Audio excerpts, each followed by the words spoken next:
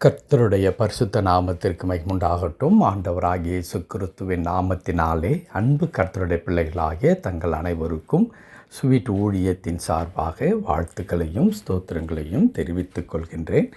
சங்கீதங்களின் புத்தகம் 138 சங்கீதம் 8வது வசனம். சங்கீதம் 138 வசனம் 8. கர்த்தர் எனக்காக யாவையும் செய்து முடிப்பார். கர்த்தாவே, உமது கிருபை என்றும் உள்ளது. உமது கரத்தின் கிரியைகளை நெகிழவிடாதிருப்பீராக. கர்த்தர் எனக்காக யாவையும் செய்து முடிப்பார். என் அன்பு கடவுளுடைய பிள்ளைகளே, இந்த வசனத்தை நான் பல முறை தியானித்திருக்கிறோம் என்று நான் நினைக்கின்றேன். ஏனென்றால் இந்த வசனம் ஆனது கடவுள் நமக்கானவராக இருக்கிறார் என்பதை திரும்ப திரும்ப நமக்கு அழகாக சொல்லித் தருகின்ற ஒரு வசனமாக அது இருக்கின்றது. அநேக நேரம் நம்முடைய தனிப்பட்ட வாழ்க்கையில் துன்பங்களும் கண்ணீரும் பாடுகளும் அல்லது பிரச்சனைகளும் நம்மை மேற்கொள்ளும் பொழுது நம்முடைய இருதயம் மிகுந்த சோர்வுக்குள்ளாகுகிறது. சோர்ந்து போய்விடுகிறோம், தளர்ந்து போய்விடுகின்றோம்.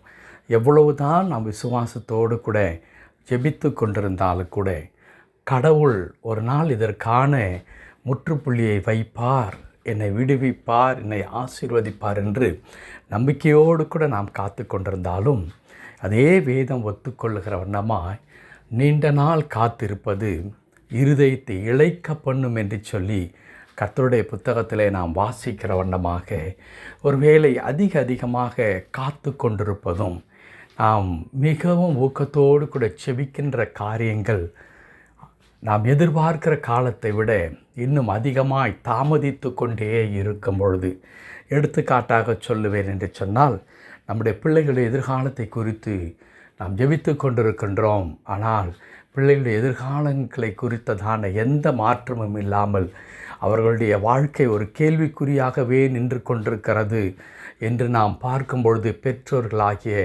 அல்லது உறவினர்களாகிய நமக்கு மிகுந்த கவலை ஏற்படுகிறது.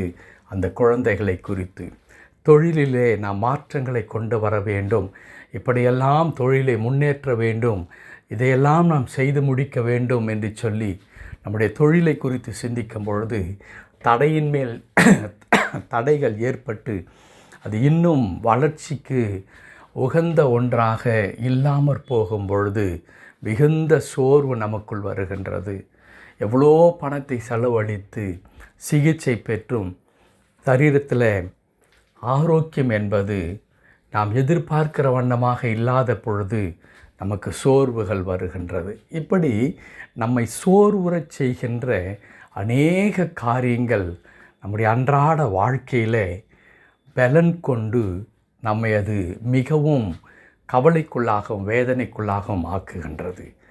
அப்படிப்பட்ட நேரத்திலெல்லாம் நம்மை தேற்றுவதற்கு ஒரு வார்த்தை வேண்டுமே என்றால் மனிதர்கள் சொல்லுவார்கள் அல்லவா, கவலைப்பட வேண்டாம், எல்லாம் சரியாகிவிடும் என்று சொல்லுவார்கள்.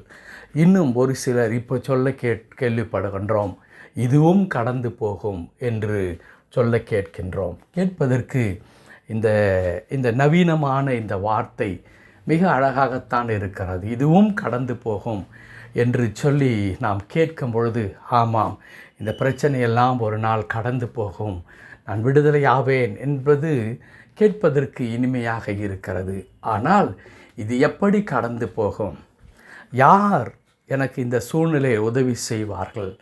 யார் வந்து எனக்காக இந்த காரியங்களெல்லாம் என்னை விட்டு அகற்றி விடுவித்து என்னை ஆசீர்வதிப்பார்கள் அல்லது எனக்கு உதவியாக இருப்பார்கள் என்ற கேள்வி வரும் பொழுது அதற்கான விடை வேதத்திலே நமக்கு எழுதப்பட்டிருக்கிறது.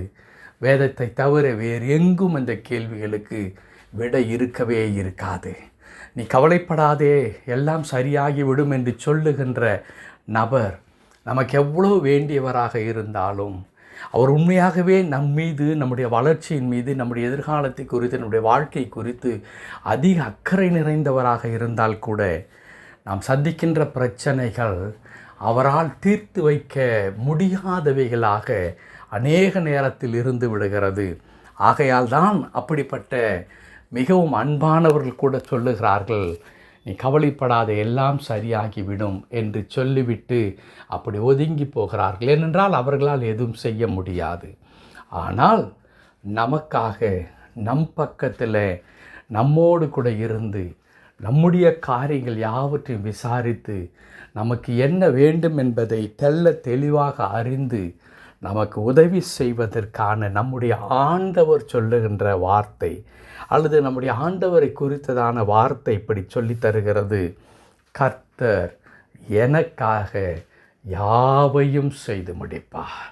கர்த்தர் எனக்காக யாவையும், அந்த வார்த்தை மிக மிக முக்கியமான ஒரு வார்த்தை.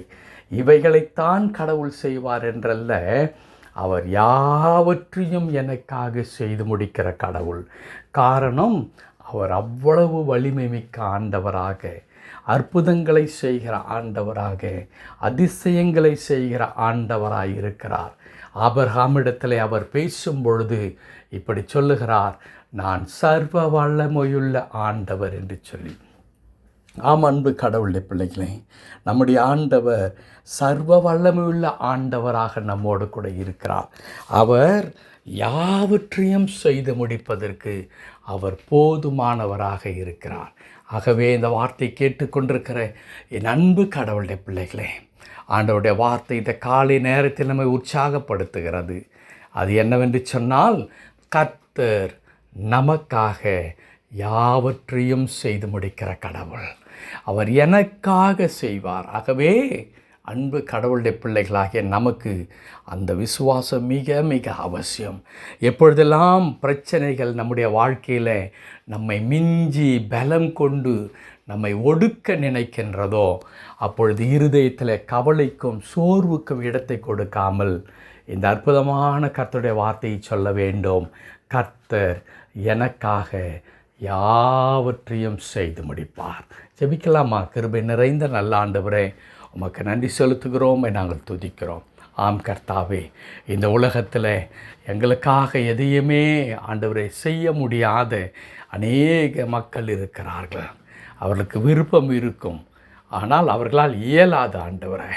ஆனால் எங்கள் ஆண்டவர் அப்படிப்பட்டவர் அல்ல. எங்களுக்காக எல்லாவற்றையும் செய்து முடிக்கிற ஆண்டவராய் எங்களோடு கூட கடவுள் இருக்கிறதற்காக நன்றி செலுத்துகிறோம். தாழ்த்தி தம்முடைய திருக்கரத்தில் அர்ப்பணிக்கிறோம் ஐயா. தேவரீர் எங்களை பொறுப்படுத்திக் கொண்டு நாங்கள் சந்திக்கிறதான இந்த இக்கட்டான காரியங்கள் எல்லாவற்றிலே இருந்து நீர் விடுதலையாக்கி எங்களை ஆசீர்வதித்து நடத்தப் போவதற்காக நன்றி செலுத்துகிறோம். அடியனோடு இணைந்து ஜெபித்து கொண்டிருக்கிற என் அன்பு கடவுளுடைய பிள்ளைகள் ஒவ்வொருவரையும் நீர் கண்ணோக்கி பாரும். எனக்காக யார் இருக்கிறார்கள் என்று கேட்கின்ற அந்த அபய குரலுக்கு பதிலாக ஆண்டவரே உம்முடைய குரல் கேட்டுக்கொண்டிருக்கிறது, நான் உங்களுக்காக யாவற்றையும் செய்து முடிப்பேன் என்று சொல்லி அந்த வார்த்தையை பற்றி கொள்கிறோம். உமக்கு நன்றி செலுத்துகிறோம். தொடர்ந்து எங்களை கிருபைக்குள்ளாய் காத்துக்கொள்ளும். மீட்பர் நாமத்தில் ஜெபிக்கிறோம் எங்கள் நல்ல பிதாவே. ஆமென், ஆமென்.